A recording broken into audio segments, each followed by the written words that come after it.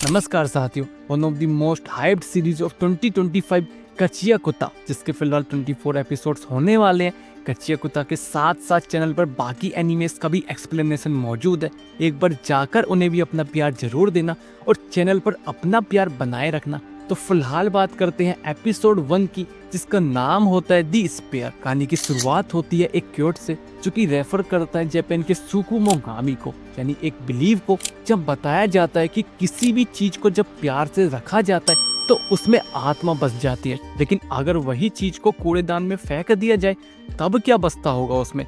अभी अपन देखते हैं एक बच्ची को जिसकी डोल फट चुकी होती है, जिस पर उसकी माँ कहती है कि ये ठीक की जा सकती है लेकिन फिर भी बेकार तो लगेगी है, इसलिए इसको फेंक देते हैं और नई लेने चलते हैं। इंसान बिना सोचे समझे चीजों को कचरा बना देता है, उसे गंदगी कहकर भुला देता है, मानो उसकी कोई अहमियत ही ना हो। लेकिन इंसान ये सब सिर्फ दूसरी चीजों के साथ ही नहीं करता, बल्कि वो दूसरे इंसानों के साथ भी ऐसा ही करता है। अभी इस शहर का सारा कचरा एक जगह ले जाया जा रहा होता है। जब मास्क पहने एक लड़का भी पहुंचता है, अभी वो लड़का कचरे को खंगाल रहा होता है, तभी एक गार्ड शोर सुन रूम में आ जाता है और उसे देख अपनी बंदूक निकाल लेता है और कहता है कि ये तो वही कूड़ा चोर है ना, जो हमारे इस सुंदर से देश की ब्यूटी को खराब कर रहा है। इसलिए अभी वो अलार्म बजा देता है। सभी गार्ड्स भी अभी यहाँ आते हैं, इसलिए अभी वो लड़का वहां से भागने लगता है और जैसे तैसे वो उनसे बचकर भाग जाता है। अभी नेक्स्ट डे जहाँ कुछ लोग बात करते हैं कि कल रात फिर चोरी हुई, आखिर कौन ही कूड़ा चुराता है,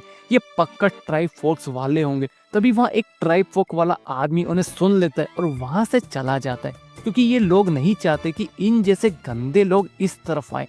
इनकी असली जगह दीवार के उस पार ही है, गंदी जगह, सड़ी हुई जगह। अभी दीवार के उस पार भी लोग बात करते हैं कूड़े चोर के बारे में, कि उस कूड़े चोर के चक्कर में हम लोग ना फंस जाएं। रेडो भी अभी यहाँ बैठा होता है, जिसके पास चीवा आती है, जो उससे कहती है कि मतलब वो फिर वह कूड़ा चुराने गया था ना, अगर उन शहरी लोगों ने उसे पकड़ लिया तो, और आखिर उसे कूड़ा इतना पसंद क्यों है। जिस पर रूडो कहता है कि पता नहीं वो लोग इन चीजों को फेंक क्यों देते हैं, सच में उसे बुरा लगता है इन्हीं के लिए, और वैसे वो इन चीजों को बेच पैसा भी कमा लेता है। जिस पर चीवा कहती है कि मतलब उसे कूड़ा पसंद है। तभी कुछ लड़के वहां आते हैं जो कहते हैं कि चीवा इस बदबूदार लड़के के साथ कर क्या रही है, उसे इसमें से बदबू नहीं आ रही क्या? हर वक्त ये गंदे से ग्लव्स पहने रखता है, कोई इससे कुछ नहीं खरीदने वाला, क्योंकि ये उस हत्यारे का बेटा जो है। ये जगह जहाँ वो रहती है ये क्रिमिनल्स के लिए बनाई गई थी, और अब वो क्रिमिनल्स तो मर गए, लेकिन उनके वंशज यहाँ उनके कर्मों का फल भुगत रहे हैं।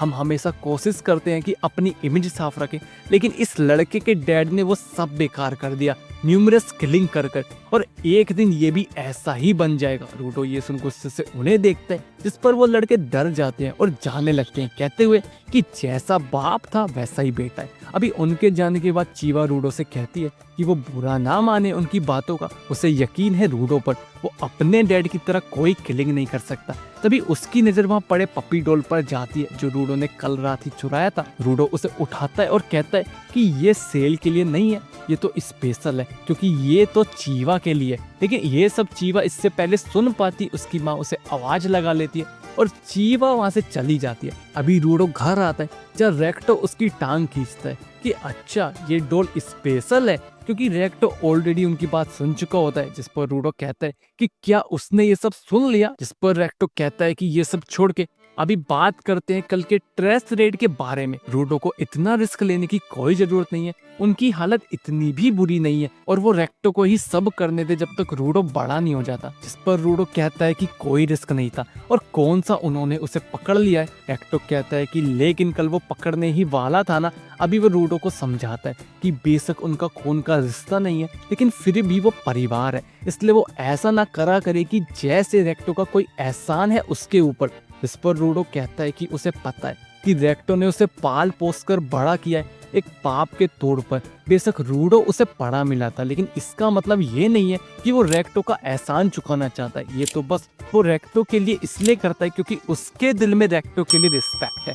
इस पर रेक्टो कहता है कि बढ़िया, ऐसा ही उसे चीवा के साथ भी रहना पड़ेगा। तभी वो देखता है कि उसे गोली लगी पड़ी है, वो उसकी मरहम पट्टी करता है और कहता है कि घाव गहरा है, इसलिए वो अब से वह ना जाए। जिस पर रूडो कहता है कि ये घाव उस घाव से तो गहरा नहीं जो उसके बाप ने उसे दिया है। अभी रेक्टो बताता है कि यहाँ जितने भी मेजर क्राइम जो करता है उसे उस पिट में डाल दिया जाता है। रूडो के डैड को भी वहीं डाला गया था, इसलिए वो खुद का ध्यान रखा करे। रूडो अभी खुद से कहता है कि जितना उसे याद है शुरू से ही उसके हाथ अजीब थे, एक दर्द जो उसे हमेशा अपने हाथों में होता था और जब भी लोग उसे देखते थे तो कहते थे कि क्या इंसान है ये। फिर एक दिन रेक्टो ने उसे ये ग्लव्स दिए और उस दिन के बाद से रूडो के हाथ का दर्द कम हो गया, इसलिए वो रेक्टो की हर एक चीज का शुक्रगुजार है। अभी रेक्टो रूडो के मजे लेता है कि वो जल्दी जाकर चीवा को प्रपोज मार दे वरना कोई और ले जाएगा चीवा को।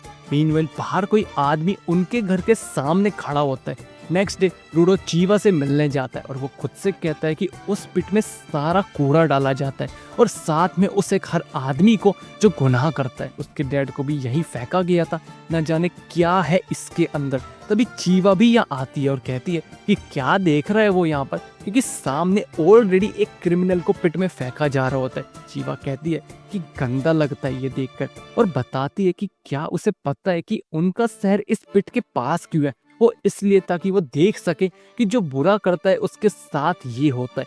अब चाहे हम लोग ये देखना चाहें या नहीं, पिट में फेंके जाने वाले लोगों की आवाज फिर भी उन्हें आती ही है।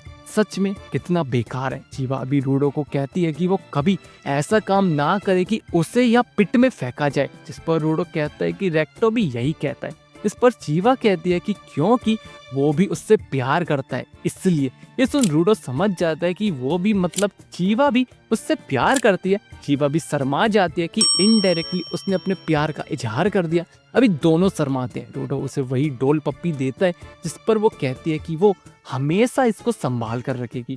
रूडो अभी भागकर घर जाता है कि आज तो रेक्टो ये सब सुनकर खुशी से झूम उठेगा, लेकिन रास्ते में वो कुछ अपोसल से टकरा जाता है। रेक्टो खड़ा होता है और घर पहुंचता है और वो अपनी आंखों के सामने एक आदमी को रेक्टो के ऊपर बैठा देखता है जो रेक्टो के तलवार मार चुका होता है। रूडो रेक्टो को बचाने जाता है, लेकिन वो आदमी एक ही बार में रूडो को बेहोश कर देता है और वहां से चला जाता है। रूडो को अभी होश आता है और वो जैसे तैसे रेक्टो के पास आता है, क्योंकि रेक्टो की अभी भी सांसें चल रही होती है। रूडो कहता है कि वो कोई मदद लेकर आ रहा है, लेकिन रेक्टो उस पर चिल्लाता है कि वो भाग जाए डैमिट और बदले इस गंदगी से भरी दुनिया को। तभी पुलिस वाले भी यहाँ पहुंच जाते हैं जो रूडो को पकड़ लेते हैं। रूडो उन्हें समझाने की कोशिश करता है, लेकिन वो उसकी एक नहीं सुनते। बाहर सबको पता चल जाता है कि रूडो ने अपने एडॉप्टिव फादर को मार दिया, लेकिन चीवा को यकीन नहीं होता कि रूडो ऐसा कर सकता है। रूडो को अभी मौत की सजा सुनाई जाती है क्योंकि उसने कल रात कूड़ा चोरी किया और आज एक बहुत बड़ा गुनाह किया, किसी की जान लेकर। इस गंदगी को तो उस गड्ढे में ही डालना पड़ेगा।